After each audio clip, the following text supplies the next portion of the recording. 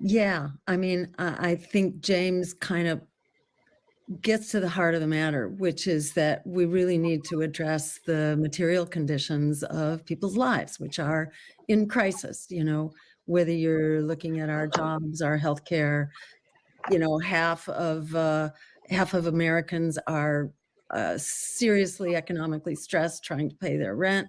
What does Kamala Harris have to say about that? Oh, she came up with one of them, maybe a handful of policies that there will be like a tax credit, a $25,000 tax credit towards your down payment. Well, how many people are in that position, where they've got $25,000 worth of what are we even talking about, right? I mean, yeah, really. I mean, her responses are so out there in the ether.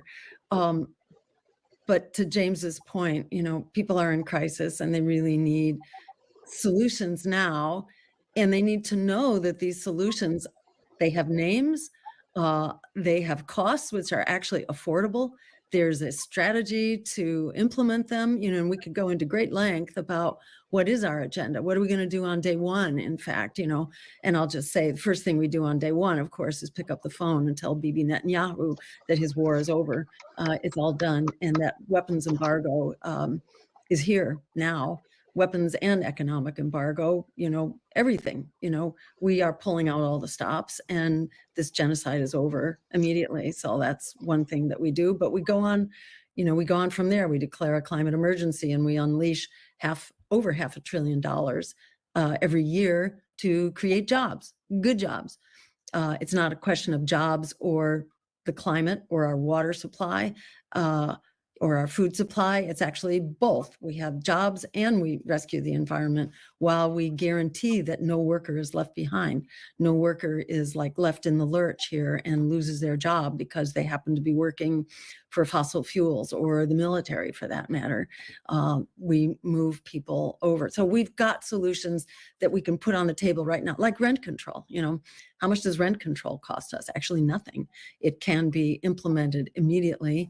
And then, we also rein in the private equity, which is buying up our housing and driving up the price. So that's over. This gentrification by private equity. We implement a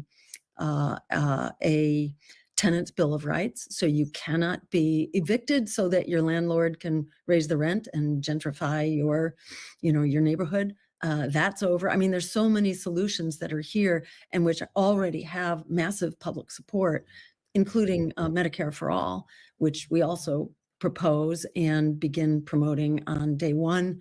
We take the media to court in an antitrust lawsuit against the corporatized consolidated media so that we can actually break up media to be more in the model of the RBN model, independent media that actually tells the truth, that is a watchdog, not a lapdog. There are many things that we can do, even without the support of Congress. Just if we were to get into the White House, there would be no problem making this stuff happen. And just for people to know that, to know, number one, as Frederick Douglass said, power concedes nothing without a demand. We have to be that demand. Don't let them talk you out of that demand. That demand is not discretionary. That demand is absolutely critical to any kind of positive change. And number two is Alice Walker. The biggest way people give up power is by not knowing we have it to start with. I was just flabbergasted today because I hadn't seen this poll, this YouGov poll that was done earlier in the summer, actually, showing that well over 60% of Americans already support a weapons boycott. And that's taking. Oh, yeah, I saw that. I mean, who knew, from the way Congress pretends that's a really fringe thing to do. No, it's actually what everybody supports. It's like 75% of African Americans, 77% of Democrats, people under 30, and then all comers, it's well over 60%. So for people to know that we actually have the power, we have the solutions, we have a strategy, we can profoundly change our future and our current moment just by using the power that we already have. These solutions are within our reach and can transform our lives if we even just implemented one of them. But there are at least 5 or 6 major transformational programs that we can implement and start implementing actually on day one. So for people to know that, for young people to know that they can be bailed out of debt, they can be totally bailed out of debt, and higher education is free. That can actually start happening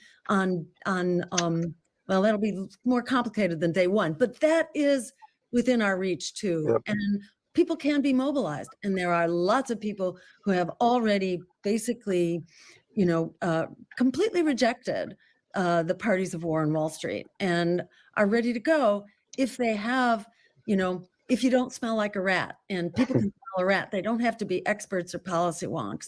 If you're not a rat and you're talking compelling common sense, people can be mobilized. Even in the short, 2 months or so that's left, we could transform the political landscape. And whether we win the office or we just win the day by establishing a coalition that's here for the long haul, because genocide and empire and fascism are here for the long haul. And we need a united front to fight back in the street, but also to fight back in the halls of power. So, Yeah. it's a transformational moment. Over to you.